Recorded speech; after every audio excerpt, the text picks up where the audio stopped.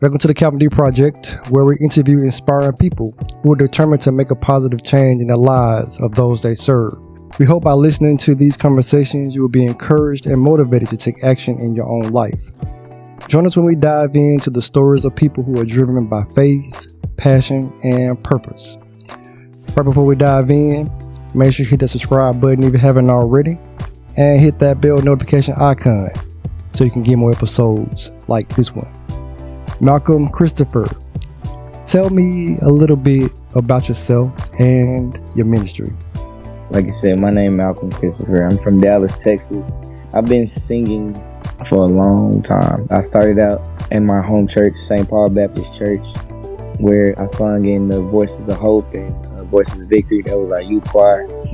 I literally just started out singing. You know, my parents and my grandmother, my aunt, they've always just instilled in me that only what you do for Christ will last. And they always instilled in me that going to church is, you know, just something that you are going to do if you're going to be in this family. So I've always been in church.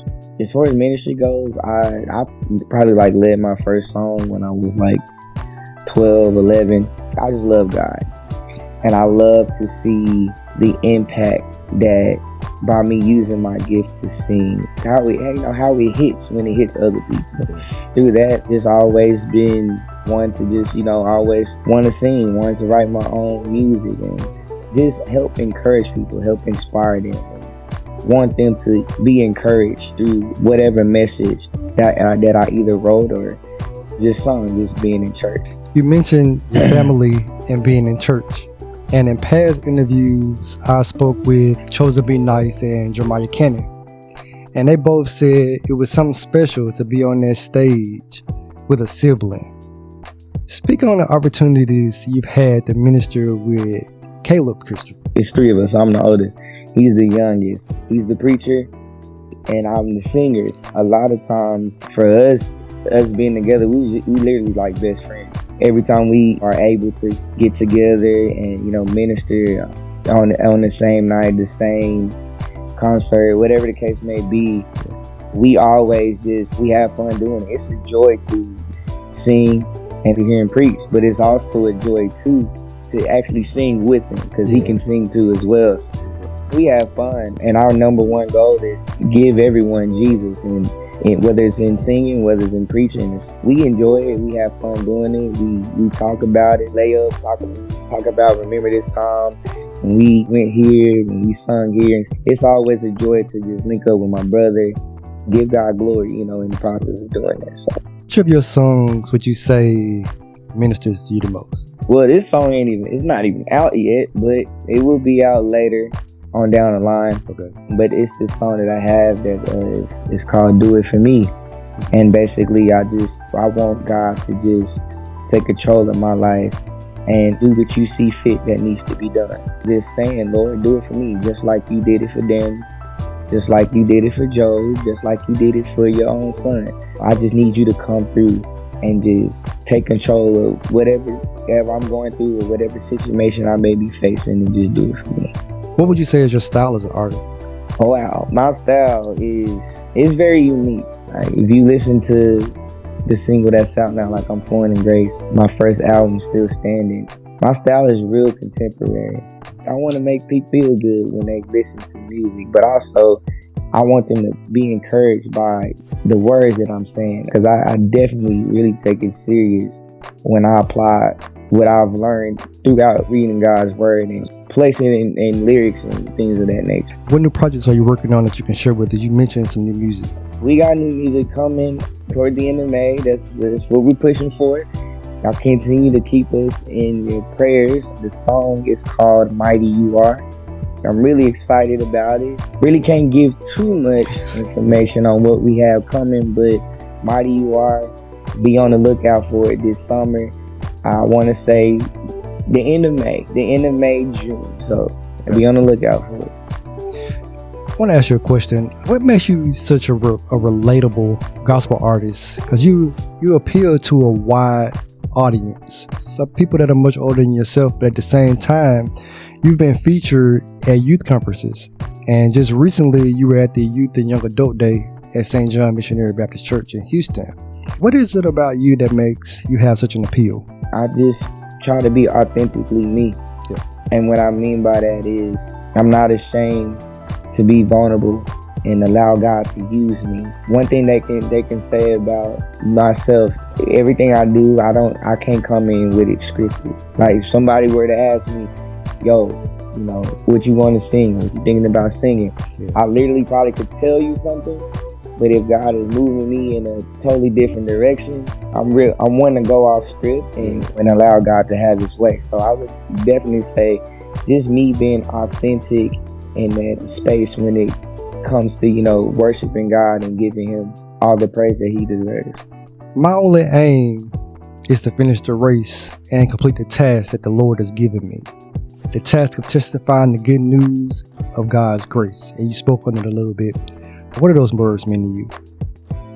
They mean a lot. They definitely mean a lot to me. As you can see, the shirt that I have on right here is from the single I'm Flowing in Grace. That stemmed from this actual verse right here, Acts 20 and 24. That's my job. Every time that I share my gift, whether it's singing, whether it's telling someone about Christ, you know, sharing Christ with someone, that's my job every time. To share the good news about his grace, to share the good news about his grace. And God, he speaks of letting your light shine so bright so that others may see Christ within you. Any chance that I get, any moment that I get, I make it my job, my duty to do that. Talk about collaborating with other gospel artists and building relationships and how that helps you expand your reach in gospel music. It's very important. You definitely want to collaborate, make friends, and to expand yourself. And I can just sit here and say a lot of the things and opportunities that I have done is through those connections, through those collaborations. I'm truly grateful for it. I probably wouldn't be where I'm at right now if it wasn't for that. I'm thankful for having somebody like Cardell Booker to allow me to just open up for his concert. I'm thankful for Montre Tisdale for just allowing me to open up for his concert May 26th. Actually, that's coming up, his live recording concert. I'm just thankful for all the different opportunities that I've gotten. I don't take it lightly. Like I said, you're going to need those friends, those partners to collaborate with in order to expand, in order to, you know, get your music heard. I will say this, by you collaborating with somebody else, it's like them introducing you into their audience and you introducing them to your audience, and you know, we able to expand and share our music that way. Talking about collaborating, let's talk about those people that are in the trenches supporting indie artists with airplays on the radio and attention on social media. Talk about having the support of people like Carmina Barnett, KGGR Radio, KNON, and later Wonder Bell. Why is their support so important to an independent artist? Their support is important because with independent artists, I feel as though independent artists always have the passion to want to do music, but as far as having those avenues of getting it played or not having the money to be able to, you know, get it to push and get it charted, things like that, you have those wonderful people that you just named that have been helping me to come into play and be like, hey, I'm gonna just give you an opportunity. Like I can say about Miss Carmina Barnett, she gave me my first opportunity just to be on the radio station, just to play my song. Miss Lady Wonder Bell, same with her. She literally just hopped in my DMs and said, yo, I need that. I need I'm Flowing in Grace. I need you to let me work this song for you, things like that. So KGGR, every weekend, I want to say like Saturday, they have a slot just for independent artists where they just play nothing but independent artists. And that's your time to get that radio play, get it heard. So I'm truly grateful and thankful just to have them. And then it's others that's within Texas and outside of Texas that's also been a help too as well. When it comes to an independent artist, it's tough out here. It's tough. You probably trying to support, like if you're me, you got to support your family, things like that. I'm a school teacher and a coach and all that type of stuff. You got all these different things going on, but it's always good to know that, hey, you can place your music in the hands of Victor Speedy McCrae and he'll take it and he'll do whatever needs to be done with it and something like that. So yeah. If you were going to put on a concert of independent gospel artists, what 5 artists or groups would you choose to perform at your concert? So, bro, that's tough. I am not going to, I'm going to answer the question, but I want everybody to know in my city, I love you dearly. But if it was up to me, I would probably have my sisters. It's called J3. And it's made up of Janice, Jalea, Jasmine. And when I tell you they can flat out sing, They also sing background with me as well. But them as a group alone, they are super cold. So I would definitely have them. Robin McGee, her heart is so pure. Just to hear her sing. And when I say sing, I'm talking about flat out sing. Like, my sister can literally just sit in the chair and give you everything from that chair. Yeah. And it's like I said, it's amazing. You had them on your show already. I'll go with Jacoy. Okay. Griffin. I feel like Jacoy Griffin is just a pure hearted artist, and he, when he sings, it's just so. It's like a bird singing in the morning time when you wake up. Like he just gives it to you that way. Yeah, he can and then so that's 3. Then I would probably go. See, this is where it get tough.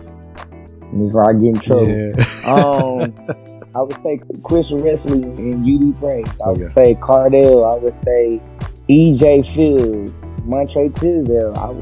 I could literally go down the list of who I would have if I could have them all. But like I said, it's a lot of artists out there that are just cold. I just pray that they get the notoriety that they need to get to as well in order to get to where they're trying to go. For my audience that wants to connect with you, how do we find you?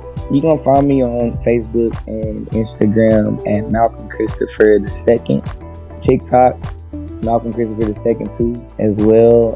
On YouTube, Malcom Christopher II as well. We are loading up with so much content. We gonna get it back going, knowing that the single's finna get ready to come out. Kind of took a break in between just to prepare and plan. But that's how you can connect with me. I want to thank you for being a guest on the Calvin D Project podcast this week. Be sure to connect with Malcom Christopher II on social media and also check out his music. Hit that subscribe button if you haven't already, and hit that bell notification icon so you can get more episodes like this one. And thank you again for listening to the Calvin D Project.